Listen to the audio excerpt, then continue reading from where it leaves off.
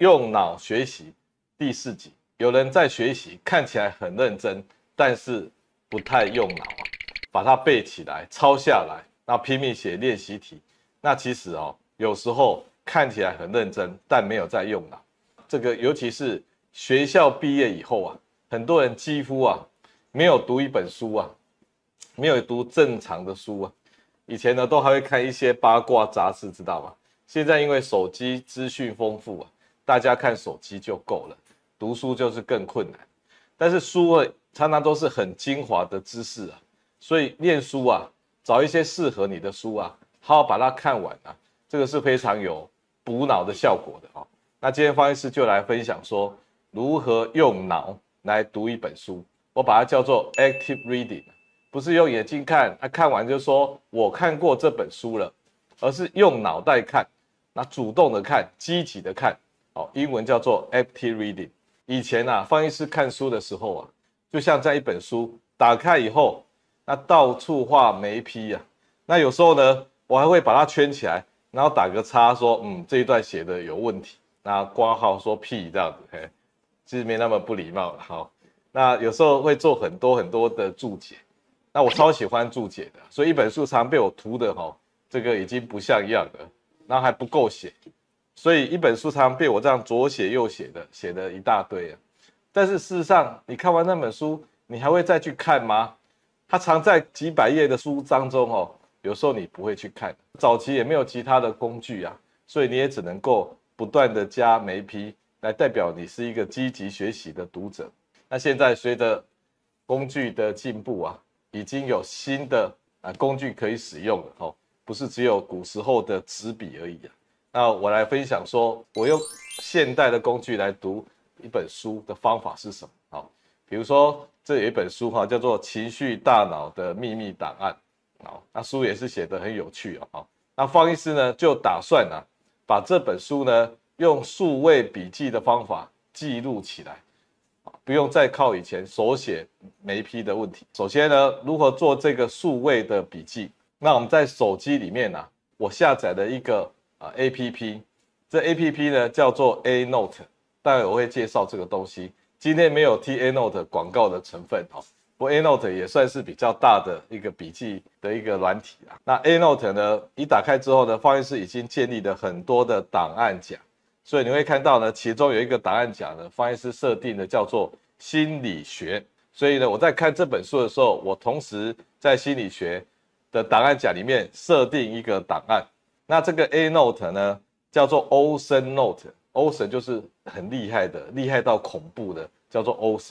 Ocean Note， 简称 A-Note。那这是一个在2019年呢官方正式推出的 APP 那我下面是用 AI 的软体工具叫 MyLens 这个 AI 工具呢，你只要输入关键字它就会把相关的东西用时间轴的方式呈现出来现在网络上、电脑上真的什么 AI 工具都有。那它在2020年呢就已经有100万的使用者。那2021年就开始把 AI 的能力呢再继续加进去。那方医师没有那么的 AI我还是用传统的 Ocean Note 进去之后呢，我们在心理学的档案夹，你就可以点进去，发现呢里面已经存有不少的档案。那方医师就在建立一个新的档案，叫做这个情绪大脑的秘密档案。那我把这本书呢拍了一个照片，然后放在这个档案的最上面来作为标示，这样子。好，那接下来就可以开始看这本书了。那一边看书的时候你就要看到重点的时候，你就有机会把重点口述下来。这里关键就来了，就是要口述因为以前用手写呢速度还比较慢，那用打字呢或手写呢也慢，所以不如就直接口述。现在这个手机里面这个判读语音的能力比早期更厉害了它还会依照你的习惯呢调整那个字那前言会接后言所以这个现在的语言辨读既然这么厉害，我们就要好好的利用。那口述有一个好处你只要边看，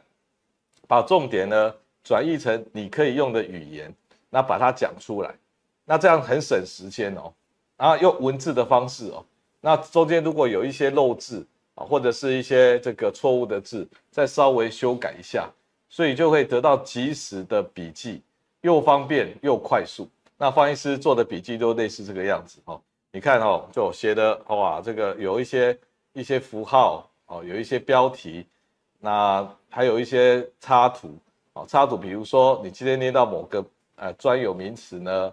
你需要做一些补充，你就进到手机的 Google 里面，从图片找到相关的东西，然后把它贴上去。这个进展事实上是很快速的哦，因为你是用口述的方式哦。不是一个字一个字的写上去的哦，那你这个标题啊，这个分类啊，也是要明确的，不是写的一团字而已哦。那这些过程呢，都有帮助你在动脑，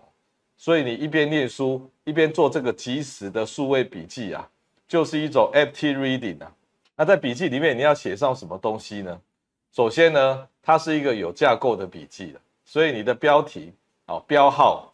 你的爆点，你有什么东西觉得这个东西非常的重要，你用一个特殊的符号做个标示，那你也可以附图，这是属于架构的部分。至于内容要写些什么呢？有以下的重点，比如说你今天在看这本书这一段里面有惊奇的内容，那你把这个内容呢，用你自己的口述的方式把它讲出来，然后留下这个书本上的重点。一开始你还不用多想，你只要把对方的重点能够捕捉，能够写得出来，这样就可以了。所以第一个就是把书上的重点，你觉得有兴趣的重点就可以了哦，并不是写笔记给老师看，也不是在交作业哦。你觉得这一段写得非常好哦，对你很有启发，那你就要把它截录下来。那截录不是说一定要照着念呢，你要用自己口述的方式，可以把它讲出来。这个过程也是有训练的，因为如果你照着念，你就是没有在用脑。那如果你把它放在那里，然后拿着手机，那把你刚刚理解的东西能够自己讲出一遍来，那这样就是有用脑，差别就是在这里。所以我们做笔记啊，要用脑，能够不要看它，你已经看好了，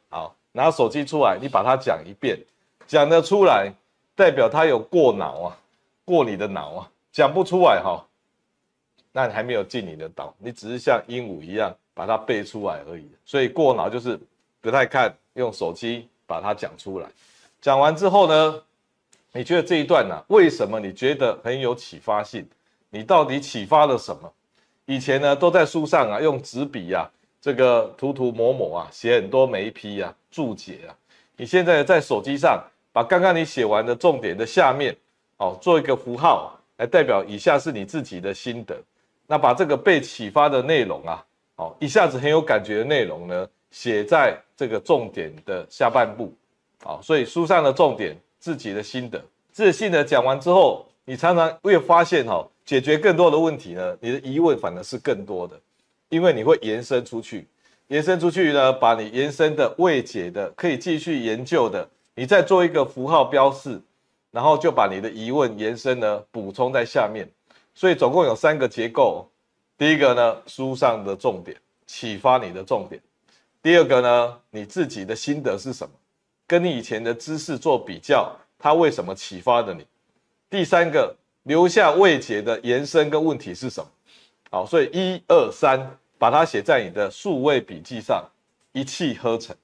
那这样已经写好的笔记呢，应该是非常丰富了，因为有书上的重点嘛。重点不是说一定要把所有从第一章到最后一章每一节，然后重点都写下来，那是给学校交作业我们这个时候念书呢，是念好玩、有趣、有启发性的，所以你要把你自己觉得有趣的再留下来。那这样子的笔记有没有趣？超有内容的因为它曾经启发过你所以你闲暇无事的时候，在做捷运的时候，在等人的时候，在坐车的时候，你就可以把你的手机打开，然后看自己写的笔记。那些未解的问题、延伸的问题呢，你可以继续延伸下去。那方医师把它叫做笔记的笔记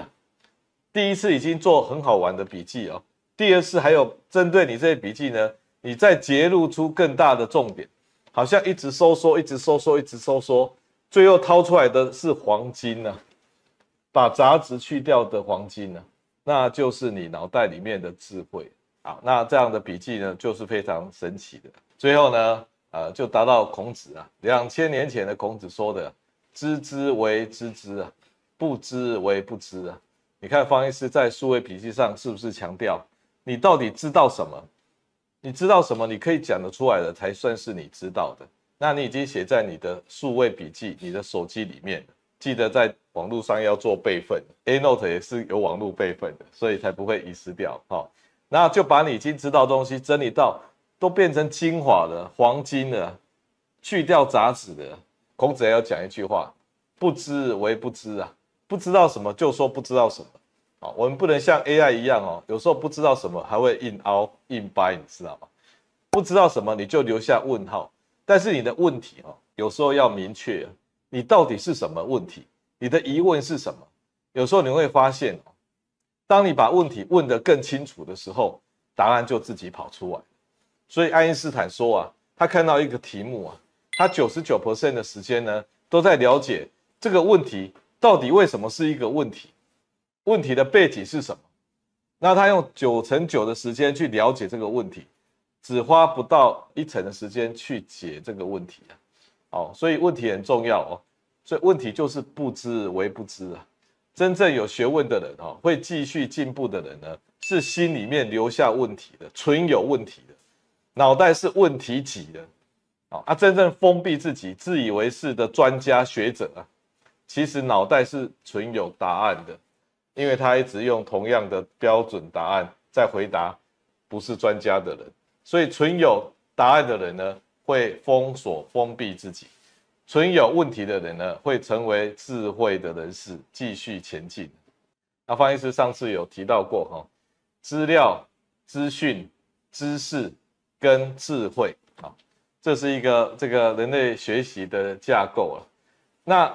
AI ChatGPT 它是一个超级工具人它几乎把所有的能够念的资料呢，它都练了，而且形成架构那它好像是一个图书管理员一样，你要找哪一本书、哪一段、哪一个文字，它都可以帮你调出来。所以它的水平知识发展的非常的完整那人类呢没有办法容纳这么多水平的知识，人类的知识要比较垂直一点的，所以我们人类呢比较容易这个抓重点跟推论。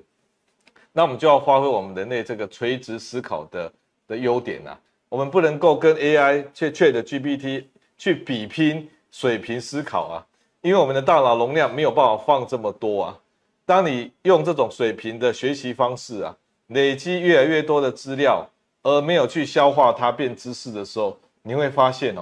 你在国中、高中的时候好像很聪明，到了那个30岁、40岁、50岁，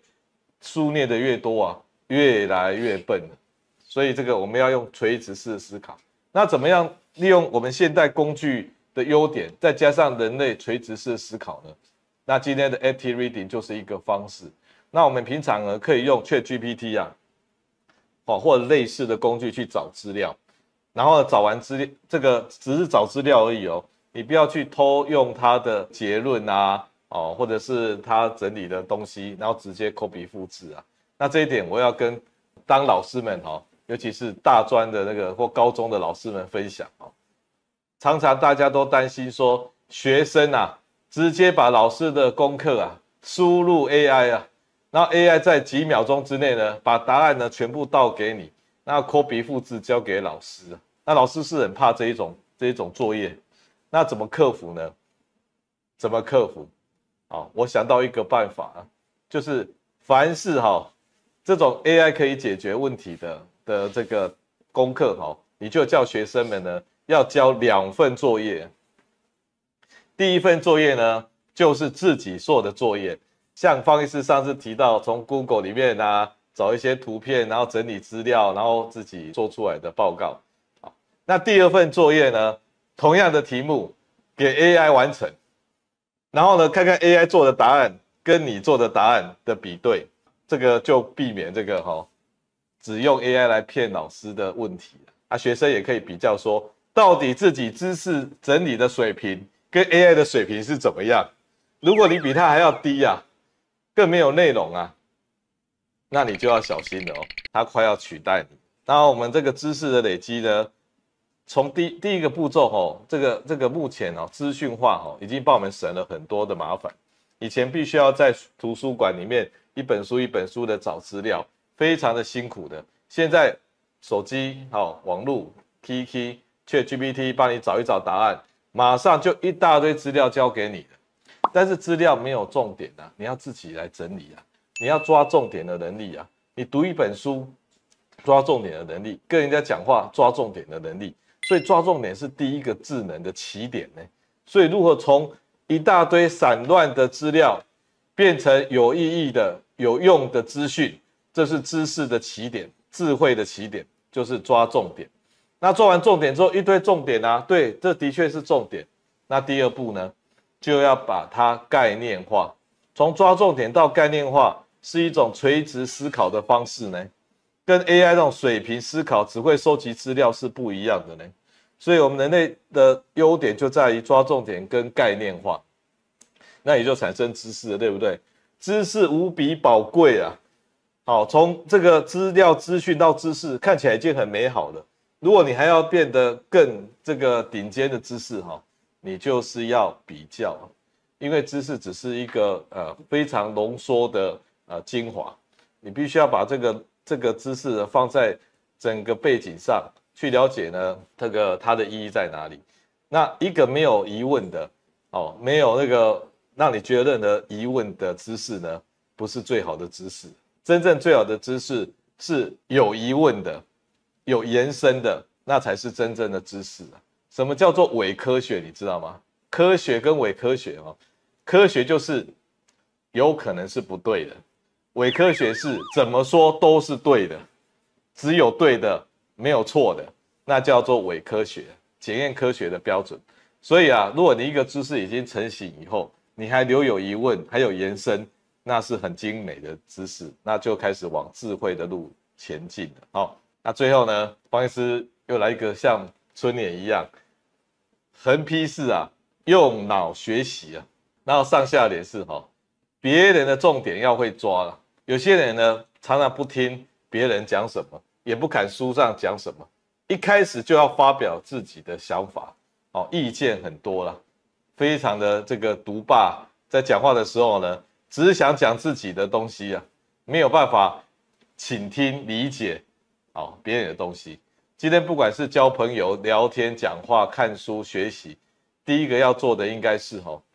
你要有能力理解、了解别人的重点是什么。如果他没什么重点，也要帮他找出重点。聪明人呢，要帮别人呢变聪明，不是要秀出自己的聪明。所以要能够理解别人的重点是什么。第二个，你不能够只有吸收你要输出这个输出就是自己的理解所以不断的从资讯、知识到智慧，这个是自己要下的功夫这叫垂直式的思考那我们今天能够把这两个左右别人的重点、自己的理解都弄好，这叫做用脑学习。那今天方医师用念一本书的方式来跟这些成年人学习的的方式呢做一些分享。以上是今天的节目，谢谢各位。